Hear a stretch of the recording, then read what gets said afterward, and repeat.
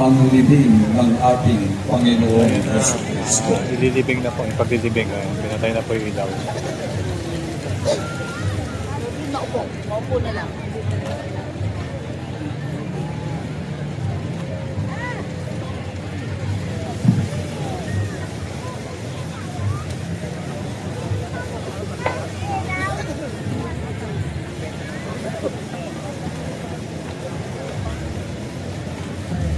Paglilibing, mga kalera. Ang paglilibing. Watching from Bulacan. Shout out Mayor Estrella. Sabi ni Carlito Aguera. Shout out po.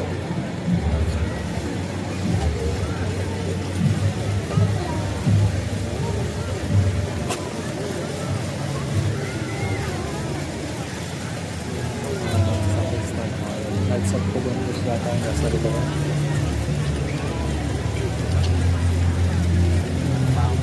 Si King Gutierrez, Knight of Columbus yata dito.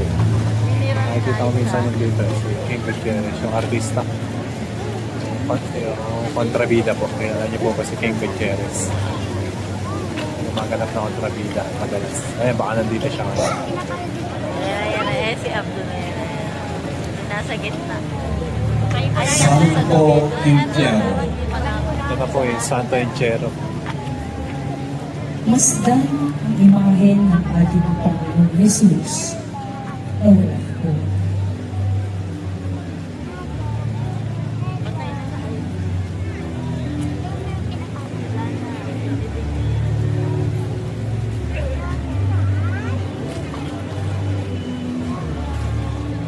Ang imahe ng bugtong na anak ng Diyos na nagpakasakit at namatay sa krus upang tubusin ang ating mga kasalanan. Mga kapatid, sa pagkakataong ito, pagnilayan natin kung paano kahila ang pagmamahal ni Jesus sa atin. Tinanggap niya ang masaklap na kamatayan sa krus upang mapasan niya ang ating mga pagkukulang at nakibahagi sa paghihirap natin bilang mga nilalang. Ang pag-ibig sa Kanya ay pagpapao ng kasalanan ng sanlibutan. Gayunpaman, naniniwala tayo na ang kanyang kamatayan ang siyang naghatid sa kanya sa tagumpay at panibagong buhay para sa atin. Ang imahen ng ating Watching from Balagtas, Bulacan. Chef Leonardo. Shoutout po sa mga taga-Balagtas, Bulacan. sila ang mahalaga sa atin. Diyos ko, bilang paglawakas sa Panginoon Jesus, at sa Kristo, at ang Yung Santo Entierro na yan, nililipin yan sa maraming salamat po sa pagkakaroon ibang barangay na katawan. Minsan na nalipin na rin yan sa bisita ng Santo Cristo. Salitan, kada taon, ibang bisita na barangay. Ayaw ko ngayon taon kung saan barangay nilipin.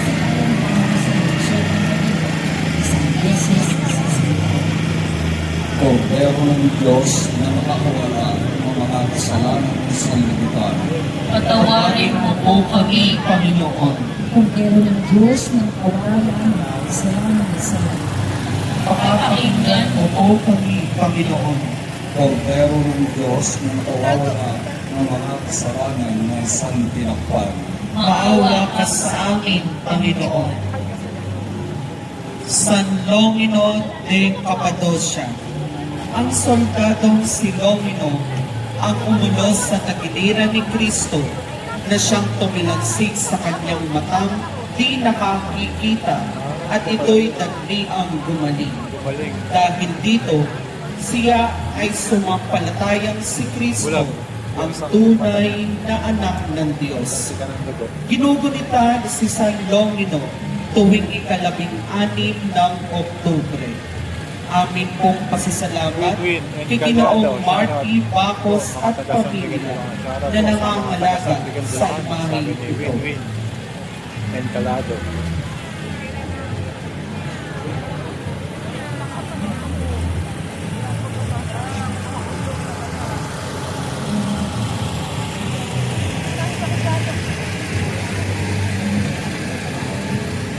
Eh, nasa klase mo yun. Yan. San Nicodemo. Sa dilim ng gabi, nakipag-usap para siya ay maligtas. Pagsilang sa espiritu at tubig ay paliwanag ni Jesus sa kanya. Kasama ni Jose ng Arimatea, ang Pariseong si Nicodemo, ang bumili ng mga pabango para sa bangkay ni Jesus.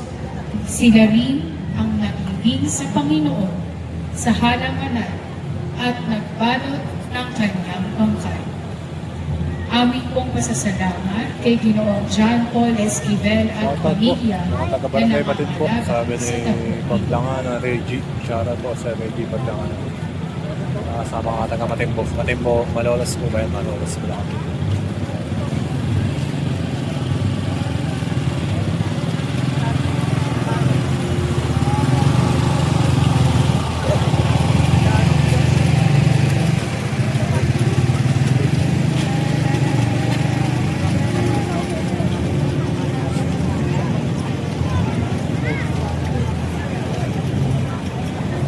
Ian Robles. Shoutout. Locos San Second. Jose de Arimatea, Boss pa shoutout kay Boy Santos ng San Miguel Bulacan. ginagalang Carlito. Alera. Labas. Dahil araw noon ng paghahanda o Ispiras, ang araw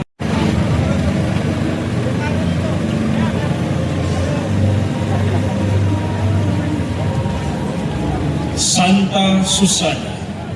Si Susana, kasama nila Santa Maria Magdalena at Santa Juana Lecusa, ay tapat na naglingkod kay Shoutout din Jesus. sa Angka ng Tigasman. Isa siya sa mga Sabi ni kababaihang naglaan ng sariling Paglanganan, Reggie. ari-arian Shoutout po sa mga upang Tigasman. gustusan ang pangangaral ni Jesus. Panang Andra. Sa pagkamatay ng Panginoon sa krus, siya'y naghandog ng mira noong si Jesus ay inibig. Ang aming pong pasasalamat kay Ginoong Ernest Diel Garcia at sa alaala ni na Benjamin at Susana de Leon Garcia na nangangalaga sa imaheng ito.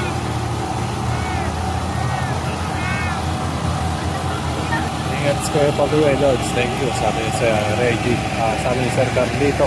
Alvera. Shoutout. Thank you, Sir Carlito. Thank you po. Thank you.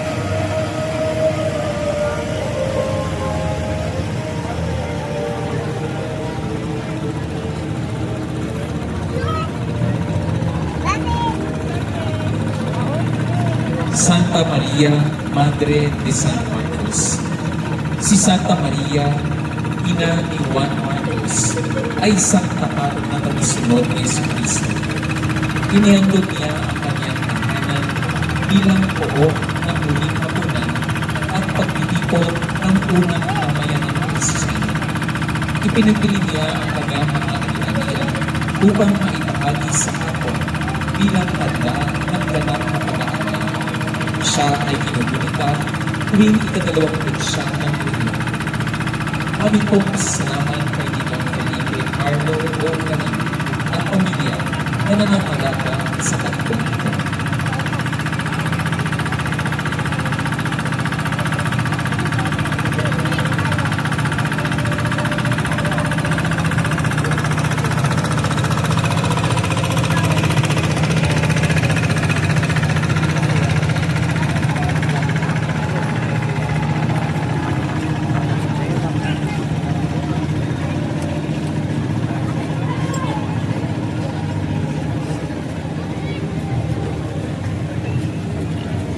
Santa Juana Esposa de Cusa.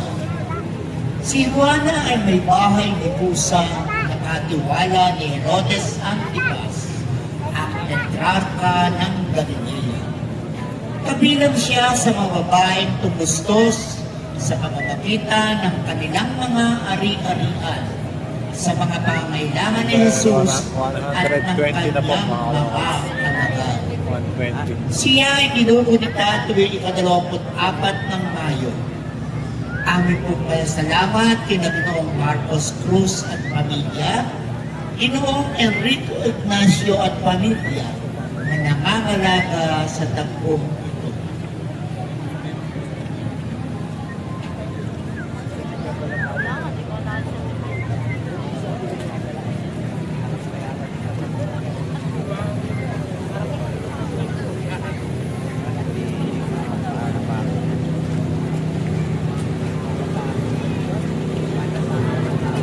San Lazaro de Betania. Matatandaan si San Lazaro ay kapatid ni Jesus na kanyang huling buhay noong mamatay ito sa Manila. Siya ay isa sa tatlong kilalang kapatid ng Betania. Pagkatapos ang muling pagkabuhay ng Panginoon, sinasabing siya rin ng unang obispo ng Marcelo, kung kaya madalas makita ang imahe ni San Lazaro na may tamang bakulo ng isang obispo. Ginugunita siya tuwing ika-29 ng Hulyo. Ang aming pong pasasalamat kina Ginoong Mark at kina Maria Victoria Tempo Pordos at mga anak na si Alexi, Maki at Bibi na nakangalaga sa imahe ito. Santa Maria de Betania. Si Santa Maria ng Betania ay kilala sa kanyang buong pusong pakikinig sa pangaral ni Jesus na sumasagisa sa pagpapahalaga sa espiritual na buhay. Siya rin ang nagbuhos ng mamahaling pabango bilang paghanda sa nalalapit na pagpapakasakit ni Kristo. Ginugunita siya ng simbahan tuwing ika-29 ng Hulyo. Ang aming pong pasasalamat sa pamilya Sikat Molina na nangangalaga sa imaheng ito.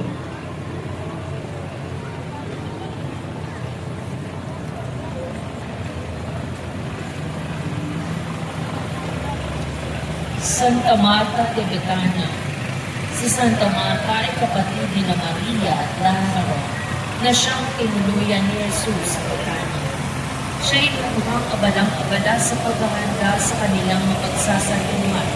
Ang pag-aabalang ito ay sumasabisad naman sa 123 na, mga kalokal. ng pawang para sa ating kapwa.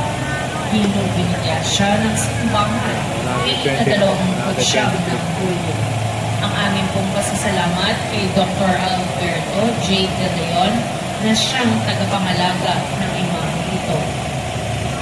Watching from Japan, shoutout po, Barangay Kalantipay, Baliwag, Bulacan. Sabi ni Florence Bondok.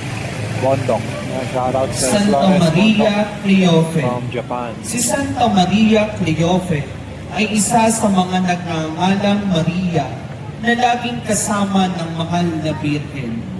Siya ay masugid na tagasunod ni Jesucristo maging hanggang sa Kalbaryo. Ni Sir Florence Taman Bondok. din ng imahe ang isang sisidlan ng mira. Ginugunita si Santa Maria Cleofe tuwing ika-24 ng Abril. 124 Ang amin pong pasasalamat kay Josue Rafael Cortez at sa pamilya Silvestre Cortez na siyang nangangalaga sa imahe ito.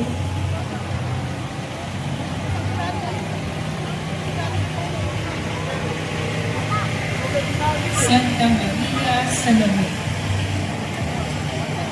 Bahagi ng tatlong Maria na laging kasama ng mahal na Birheng Maria. Una, ni Juan at Santiago. Masugid na tagasunod ni Jesucristo maging hanggang sa Kalbaryo. Sa tradisyong Pilipino, ang kanyang tahang walis ay gagamitin upang minisi ang kaibigan ng Panginoon. Ang kanyang tradisyonal na kapistahan ay sa ika-22 ng Oktubre. Ang aming pong pasasalamat kina Ginoong Ronald P. Sauco at pamilya na siyang nangangalaga sa imahe ito.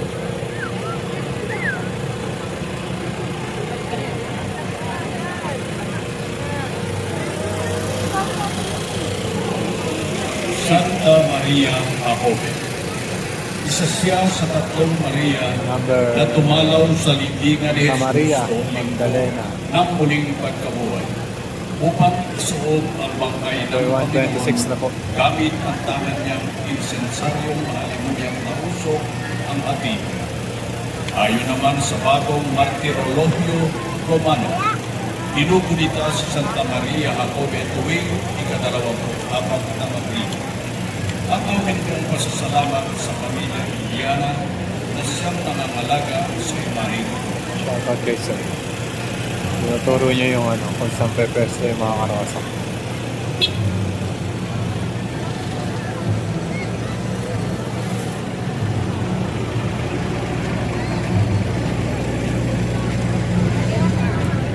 Santa Maria Magdalena, Apostola Apostolon, Apostol sa mga apostol. Ayon kay Santo Tomas de Aquino, ganito dapat ang ating pagkakakilala kay Santa Maria na taga Magdala, apostol ng mga apostol o sugod sa mga sugod. Dahil siyang isinugo ni Jesus na mag-alin sa mga apostol ng maluwalhating balita ng muling pagkabuhay. Dahil siya ang unang disipulo na pinagpakitaan ng Panginoon muling nabuhay. Nililinaw ng simbahang Katolik na hindi si Maria Magdalena ang babaeng na muling nakikiapin at hindi rin siya ang nagbuhos ng Panginoon na Jesus. Ayon sa Ebanghelyo ni San Lucas, mula kay Magdalena ay 7 demonyo ang pinalis ni Jesus at mula noon ay sumama at tumulong siya sa pagkustos sa mga ngaral ng Panginoon gamit ang kanyang mga ari-ari. Kamag-isa ng tinatawag na Tres Marias o Tatlong Maria na dumamay sa mahal na Birhen mula sa pagsunod kay Jesus papuntang Kalbaryo hanggang sa pagtindi sa paanan ng krus. Tangan ng imahe ng isang botelya ng pagamo o di kaya isang balsamera, kumakatawan sa dapat sana ay gagawing paglilinis at pagpapabango sa bangkay ng ating Panginoon noong pinakaunang linggo ng muling pagkabuhay. Ipinagdiriwang ang kanyang pista tuwing ika-22 ng Hulyo. Ang aming pong pasasalamat sa founding president ng Hermanidad de los Siete Dolores, Sir George Allen R. Temple, People Wife of St. Gregory the Great, na siyang nakakalaga sa imahe ito.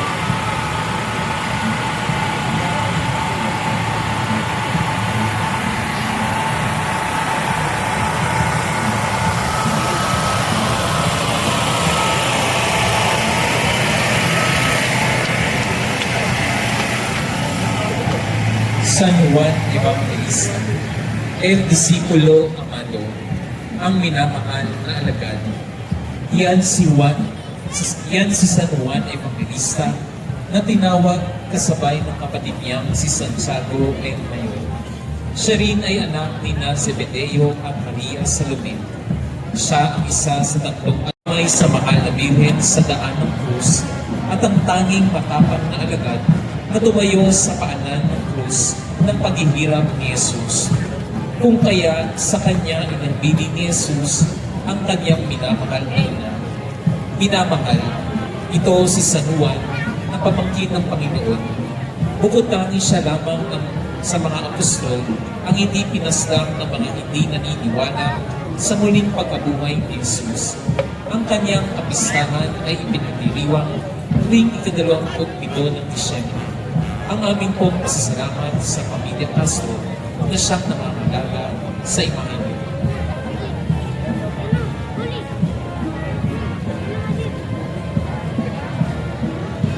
Mother Dolorosa, ang inang nagpapalala.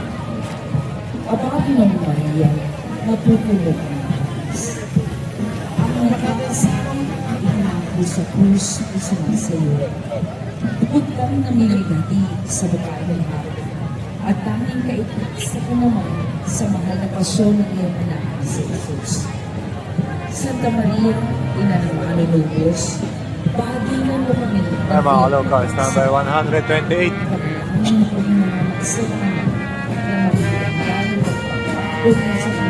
Ayan na po yung panghuli, mga kalocals, number 128.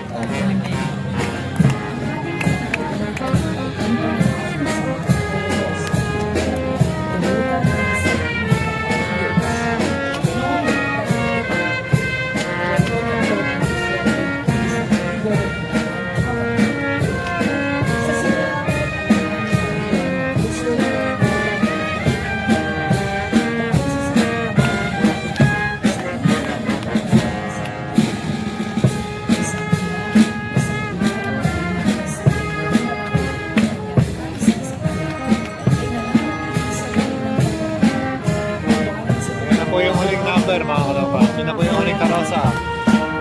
Number 128. Sa mga nagsiilaw sa prosesyon ng baliwag, ingat po sa paggawi, sabi ni Ian Tuason.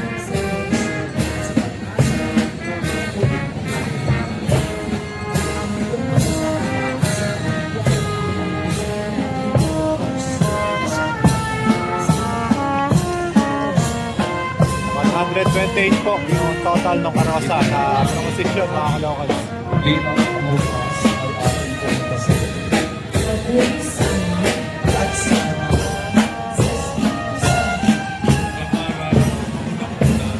ngayon at magpakailanman at kasawalan hanggan. Amen. Isang pag-ibig, Hello! tas na gabi, magsot, Tara, sticker. Facebook, tsaka sa YouTube, Bulacan Locals. Picture lang sila. Sir, picture ako kayo, okay lang. Post namin sa Facebook.